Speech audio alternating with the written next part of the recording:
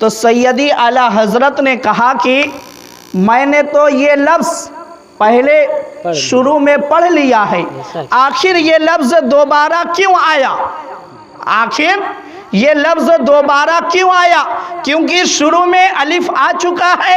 کیونکہ شروع میں الف بھی آ چکا ہے اور لام بھی آ چکا ہے۔ تو اب اگر منفرد الفاظ میں یعنی تنہا الفاظ میں مرکب الفاظ کیسے آ گیا، یعنی ملا ہوا الفاظ کیسے آ گیا؟ تو اب دیکھو میرے مسلمان بھائیوں، میرے سیدی اعلیٰ حضرت کے شعور کو دیکھو کہ اللہ تعالیٰ نے آپ کو کیسا دماغ عطا فرمایا تھا۔ تو میرے مسلمان بھائیوں، پاس ہی میں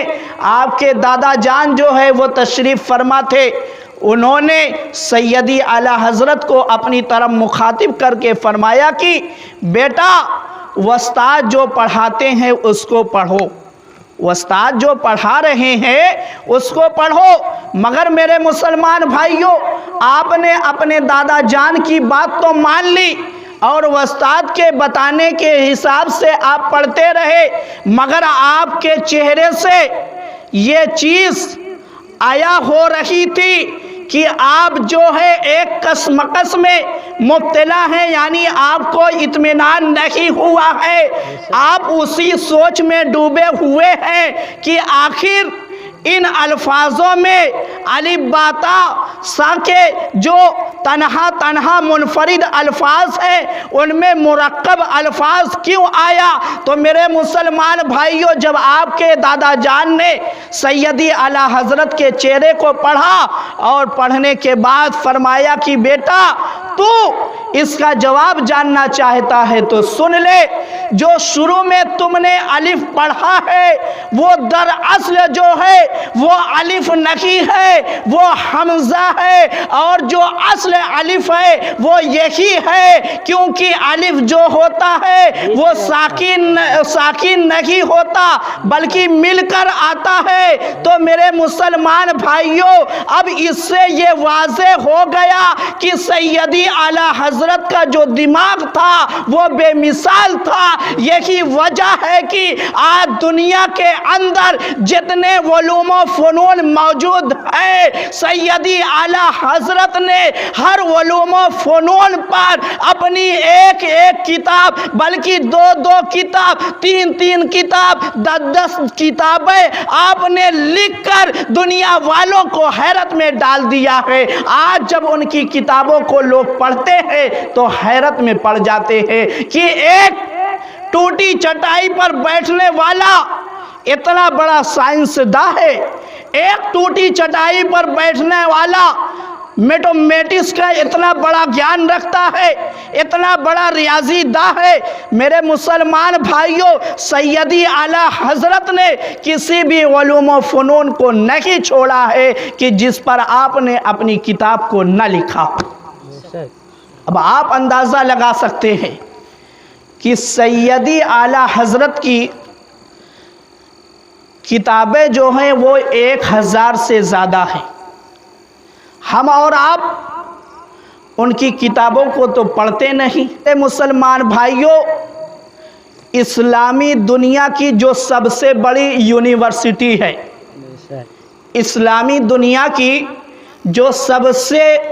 بڑی یونیورسٹی ہے وہ مصر میں ہے، وہ مصر میں ہے، جس کو جامع ازہر کہا جاتا ہے، جس کو جامع ازہر کہا جاتا ہے۔ اس کے اندر جو ہے اعلیٰ حضرت کی ایک کتابوں پر پی ایچ ڈی لوگ کر رہے ہیں، اعلیٰ حضرت کی ایک کتابوں پر لوگ پی ایچ ڈی کر رہے ہیں۔ ہم اور آپ ابھی تک یہی الجھے ہوئے ہیں کہ انہوں نے فاتحہ کے بارے میں کیا لکھا یا قبر کے بارے میں کیا لکھا۔ تو میرے مسلمان بھائیوں، سیدی اعلیٰ حضرت کی کتابوں کو جب آپ پڑھیں گے،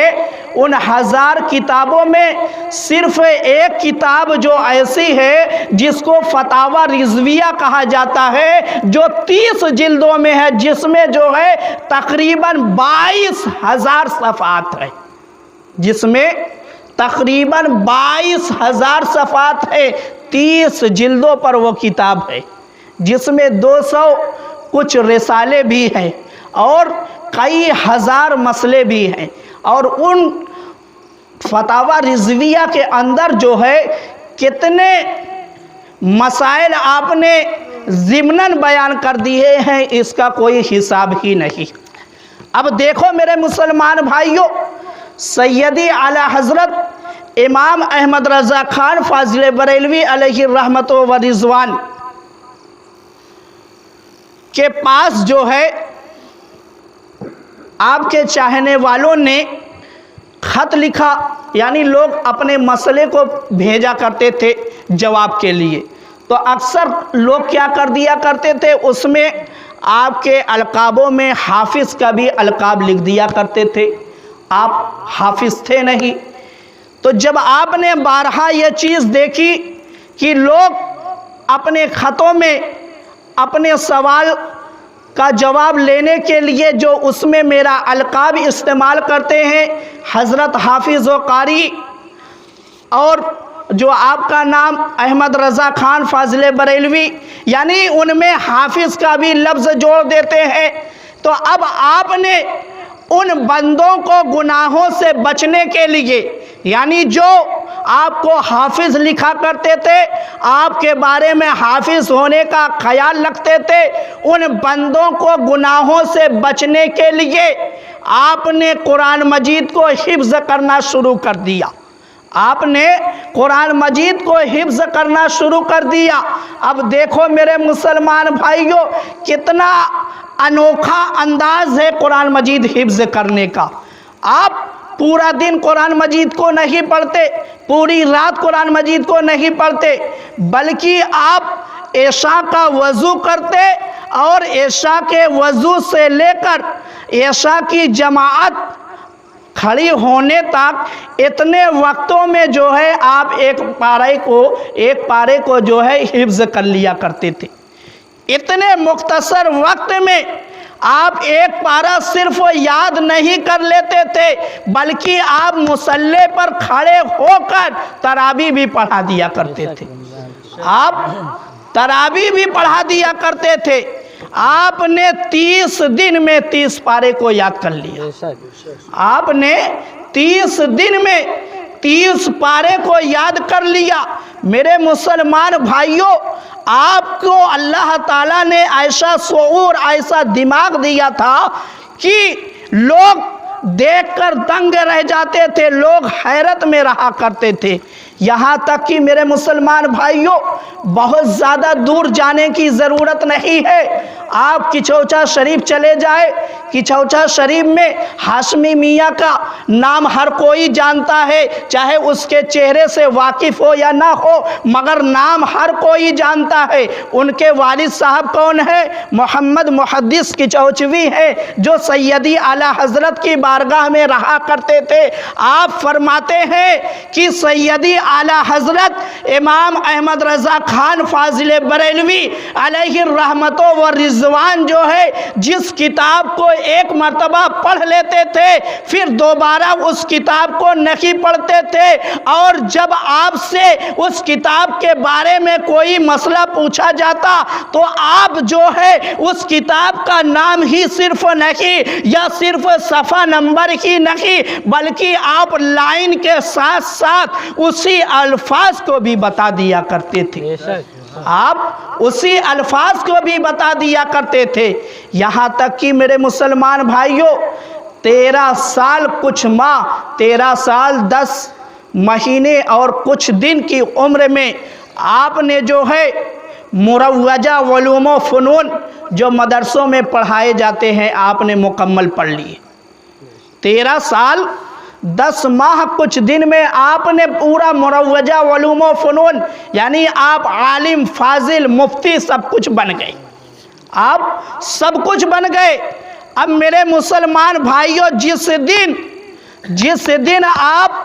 فارغ ہوئے، یعنی آپ کے سر پر دستار بندی سجائی گئی، اسی دن سے آپ کے والد محترم نے آپ کے ہاتھ میں قلم دے دیا اور کہا کہ اے میرے بیٹے، آج سے تیرے حوالے دارالافتاء ہے اور آج سے تجھ کو فتویٰ دینا ہے۔ اب آپ 13 سال کچھ ماہ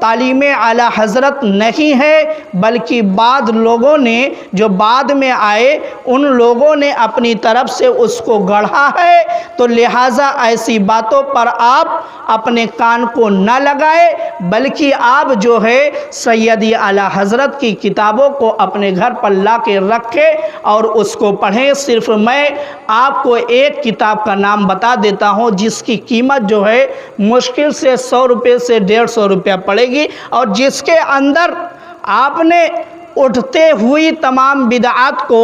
اس میں واضح طور پر لکھ دیا ہے۔ جیسے آپ قبر کے معاملے میں جاننا چاہتے ہیں اس کتاب میں مل جائے گا، چادر کے معاملے میں جاننا چاہتے ہیں اس کتاب میں آپ کو مل جائے گا، فاتحہ کے بارے میں جاننا چاہتے ہیں آپ کو اس کتاب میں مل جائے گا۔ اس طریقے سے جو بھی بدعات جو ہے آج لوگوں نے اس کے اندر انٹرفیئر کر دیا، یعنی تعلیم اعلیٰ حضرت سے، اور اس میں نئی نئی چیزوں کا اضافہ کر دیا ہے۔ آپ اگر یہ جاننا چاہتے ہیں کہ صحیح چہرہ کیا ہے، صحیح نقشہ کیا ہے، تو آپ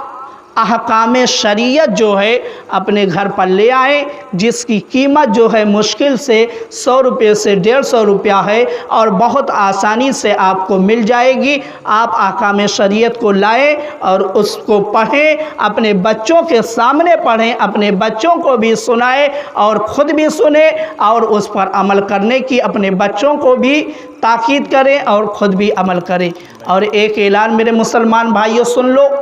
28 صفر کو شہادت امام حسن رضی اللہ تعالی عنہ ہے۔ 28 صفر کو شہادت امام حسن رضی اللہ تعالی عنہ ہے، تو حضرت امام حسن رضی اللہ تعالی عنہ کی بارگاہ میں خراج عقیدت پیش کرنے کے لیے اسی مقام پر ایک پروگرام رکھا گیا ہے۔ آپ اس میں بھی تشریف لائیں گے اور فیوز و برکات جو ہے اس کو حاصل کریں گے۔ اللہ اور جو اس میں دینے چاہتے ہیں، جو بھی دینا چاہتے ہیں، جو بھی مدد کرنا چاہتے ہیں وہ دے سکتے ہیں، آپ اس میں دے کر حصہ لے سکتے ہیں۔ 28 صفر کو یہ پروگرام اسی جگہ پر اسی مقام پر ہوگا۔ اللہ تعالیٰ کی بارگاہ میں دعا ہے کہ مولا تعالیٰ جو ہے ہم سب کو امام اہل سنت کے بتائے ہوئے نقش قدم پر چلنے کی توفیق عطا فرما، ہم سب کو قرآن و حدیث پر عمل کرنے کی توفیق عطا فرما، ہم سب کو نبی سے سچی محبت کرنے کی توفیق عطا فرما، ہم سب کے دلوں میں بزرگان دین کی سچی محبت پیدا فرما، ہم سب کو اہدنا الصراط المستقیم پر چلنے کی توفیق عطا فرما، اور ہم سب کو حق سننے اور حق پر عمل کرنے کی توفیق عطا فرما، ہم سب کو برائیوں سے دور رہنے کی توفیق عطا فرما، ہم سب کو برائی کرنے اور برائی سے دور رہنے کی توفیق عطا فرما۔ وآخر دعوانا ان الحمد للہ رب العالمین۔